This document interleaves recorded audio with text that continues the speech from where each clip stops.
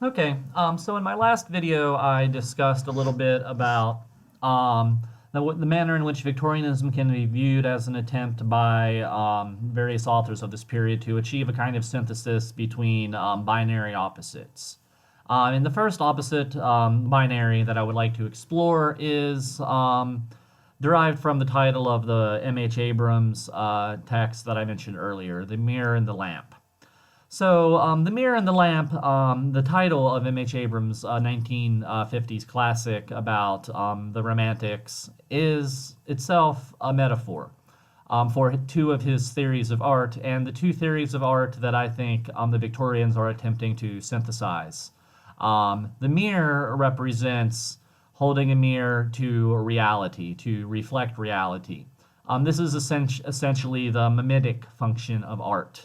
To mime, to reflect society back to itself. The lamp represents the expressive theory of art.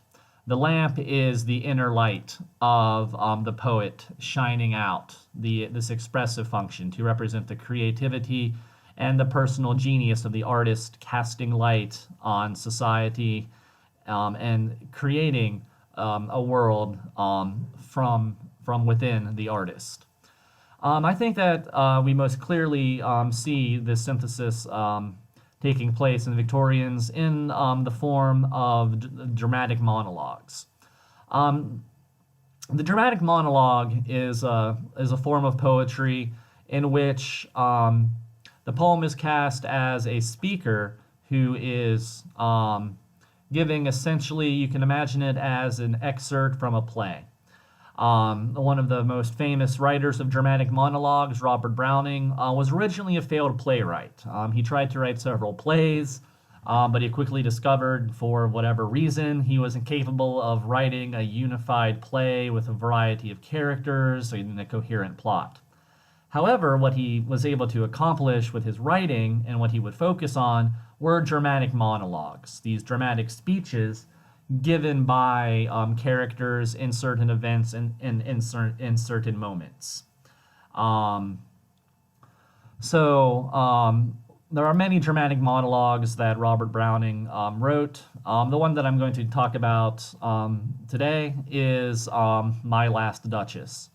One of the things that characterized the Romantics was that the Romantics were interested in topics that many others periods were not, concerning insanity, about poverty. The Romantics were very much concerned with kind of extreme characters and extreme figures. And we see this same interest in dealing with these extreme figures and situations in some Victorian writing as well. My Last Duchess is spoken by a wealthy Italian aristocrat from the Renaissance or even slightly before the Renaissance. Many Victorian writers had a fascination with the Middle Ages and early Renaissance, something that I'm probably not going to have time to discuss. But we see this especially in the pre-Raphaelite movement and things like this. The Romantics were very much interested in the Middle Ages because with the pressures of industrialization and the chaos thrown into the social order of the day in the battles between liberals and conservatives, as well as the growing trade union and socialist movements, the Middle Ages was seen as a period of heroism and a time in which everyone knew their place in the social order on the great chain of being, I think a concept I mentioned earlier in previous videos. So this explains a lot of the interests that Victorians had in these earlier times. What's interesting to me about My Last Duchess by Browning and Ulysses, which I'll later talk about by Tennyson, is the way that they both have this lamp function. They're extremely creative. The author is creating a vivid, detailed world, powerful, strong character, and unique, but also through the deeply personal, subjective, dramatic monologue, is making a commentary on the world around them and the society in which they live. So with My Last Duchess, I'll read parts of it, maybe the whole thing, we'll see. We have a wealthy but insane and murderous Italian aristocrat, discussing how he murdered his ex-wife and he painted her, had someone paint her picture on the wall. And he's in the middle of making a marriage proposal to servants of another wealthy aristocrat for the hand of his daughter. So to me, it's a very interesting poem.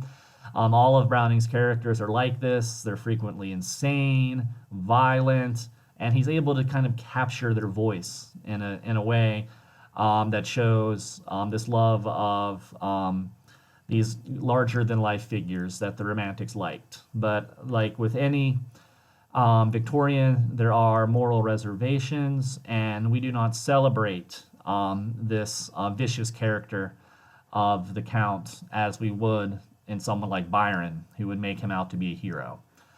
So Browning writes, and again, this is in the character of the Count. That's my last Duchess painted on the wall, looking as if she were alive. I call that piece a wonder. Now, Frau Pandolf's hands worked busily a day, and there she stands. Will it please you sit and look at her? I said Frau Pandolf by design, for never read strangers like you that pictured countenance, the depth and passions of its earnest glance. But to myself they turned, since none puts by the curtain I have drawn for you but I, and seemed as they would ask me if they durst, how such a glance came there. So, not the first are you to turn and ask thus. So the jealous nature of the Count is established. In this portion of the poem, he's discussing with the emissaries from another aristocrat this marriage proposal, and he's showing this photo, this painting that he has had Frau Pandolf make of his ex-wife. We can see his domineering nature, the way in which he wants to control everything around him. The painting of his wife, people viewing his wife, is very much his command. Only he can allow this to happen, not allow it to happen. He has had this picture painted and to keep her under control, to freeze her for all time. What will become apparent later on in the poem is he became jealous of the freedom that his wife had. She would smile at servants and things like this. And as an aristocrat, as someone above above the rest of humankind, he cannot bear to have this woman act in a way that seems to impugn or demean his reputation as a great aristocrat. And he essentially implies that he has her killed. And I think we can read this in many different ways. As a commentary on art would be a little more complicated.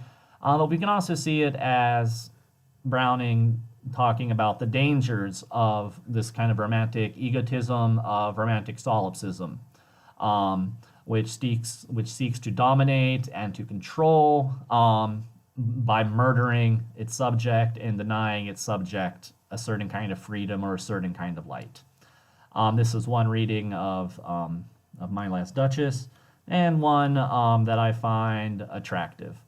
Later on in the poem, he writes, she looked on, and her looks went everywhere. Sir, 'twas all one. My favor at her breast, the dropping of the daylight in the west, the bough of cherry some officious fool broke in the orchard for her, the white mule she rode with round the terrace, all in each would draw from her alike the approving speech, or blush, at least.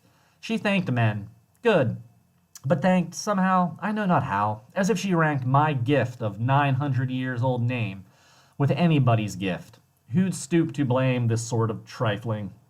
Even if you had skill in speech, which I have not, to make your will quite clear to such a one and say, just this or that, and you disgusts me. Here you miss, or there exceed the mark. And if she let herself be lessoned so, nor plainly set her wits to yours, forsooth and made excuse, even then would be some stooping, and I choose never to stoop. So here we see the immense pride of the Count. He demands absolute obedience and respect from his wife, someone that he views as his inferior, and someone that he demands treat him with the respect that he deserves for his 900-year-old name, The idea that he could be equal to the setting of the sun in the west, or that other things such as getting gifts from other people could make her happy. Something that he cannot tolerate because he is so deeply egotistical and desires to have such control over the world and over those with whom he interacts. This is very characteristic of Browning's poetry, in which he explores the excessive characters of people like the Count in these personal dramatic monologues. And while he's allowing the Count to speak, we as an audience are disgusted by the behavior of the Count, and we don't celebrate this extreme behavior in the same way that we do with some of the villains who become Byronic heroes that we see in Byron and many other writers from the Romantic period.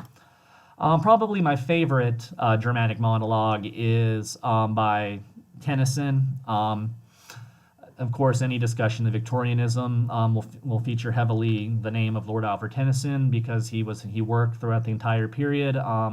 And in many ways, his works reflect many of the social currents and fears, anxieties, and hopes of people during the Victorian period in Britain. So in Ulysses, I don't have time to read it all. Ulysses is again spoken from the perspective of Ulysses, or Odysseus. You can think of the Greek epic poem, the Odyssey. Ulysses is the Roman name of Odysseus. And the setting is derived from Dante and the Inferno. In the Inferno, Dante finds Ulysses, as he calls him, in hell. And Ulysses is characterized as this figure who cannot stop searching, who does not know the limits of human reason, of human knowledge, and continues to quest and quest and quest after adventure. And he refuses his duties as a man to his family, and he refuses his duty towards the gods to respect the proper boundaries of human wisdom, as in Dante's words, Ulysses, after he returns to Ithaca at the end of the Odyssey, goes on another adventure to try to sail to the ends of the earth. And for Tennyson, this can be paralleled with the romantic idea of striving and seeking and chasing after dreams and going beyond the bourne, of going too far. Just like in Mary Shelley's Frankenstein, when Frankenstein creates the monster, he has blasphemed against God. He has essentially tried to become a god himself. So many critics read Tennyson's Ulysses as an indictment of this romantic ideology of going beyond the bourne. So I'll just read a few excerpts from this. "It little profits that an idle king, by this still hearth among these barren crags, matched with an aged wife, I meet and dole unequal laws unto a savage race, that hoard and sleep and feed and know not me. I cannot rest from travel. I will drink life to the lees." So this is the very beginning of the poem. Ulysses is addressing in this poem his sailors, with whom he plans to go on one final glorious voyage across the oceans with. Notice the arrogance with which he speaks. He's been gone from his homeland for 10 years. And all of the Odyssey is about how he misses his wife and how he misses his subjects and how he wants to return home and rest from war. But Ulysses can't rest. He describes his land as barren crags. His wife, Penelope, who has waited, like 20 years actually, who has waited 20 years for him, fighting off various suitors and rejecting marriage proposals, he describes as an aged wife.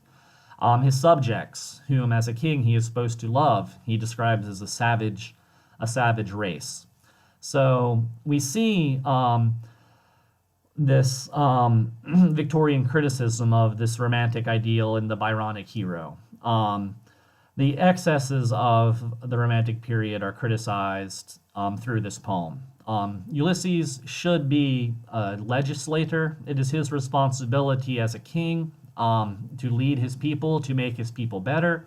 It is his responsibility as a husband to treat his wife well and to love her.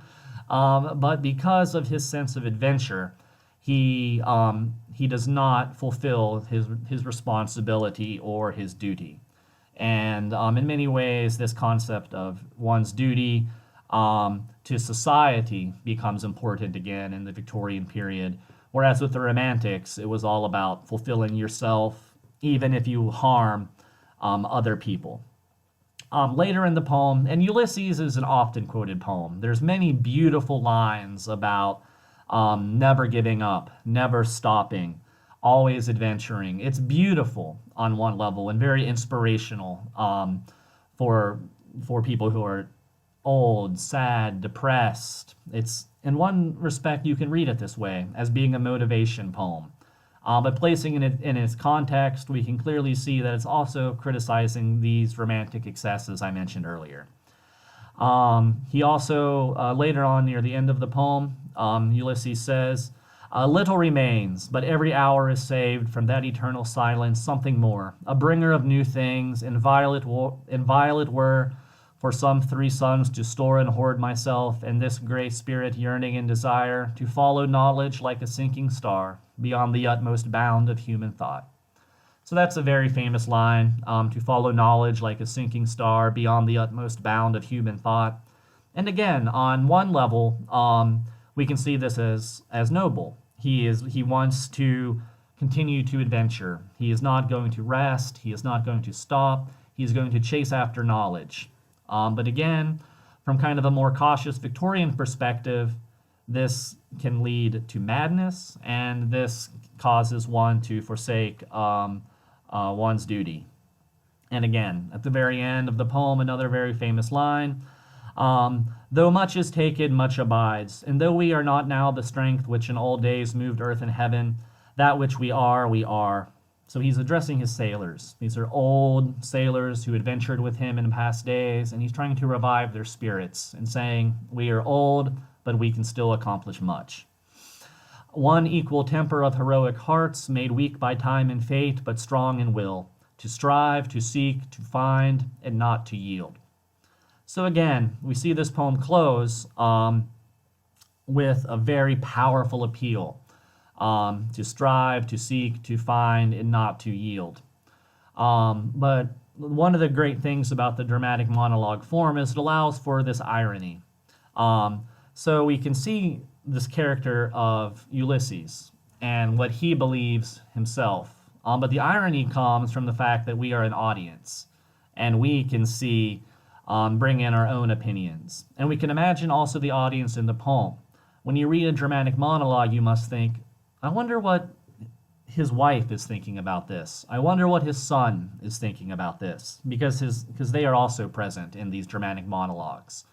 The same thing with Robert Browning's My Last Duchess. Clearly, we get swept away by the eloquence of the Count, of the Duke, I guess I should say. But when we realize the setting and the situation, he's making a marriage proposal. And we can only imagine as an audience what it must be like to be the person there to negotiate that marriage and hearing the Count, the Duke, I don't know what to call him, the Duke of Ferrara speak like this. So I mentioned earlier, to kind of wrap things up, that during the Victorian times, there was this effort to create a synthesis between the mirror to accurately reflect reality and the lamp to show the poet as an inspired figure, creating a world, creating a fantastic world around him with personal genius and inspiration. In both of these poems, we see inspired figures, great men, Ulysses and the wealthy Count Duke of Ferrara.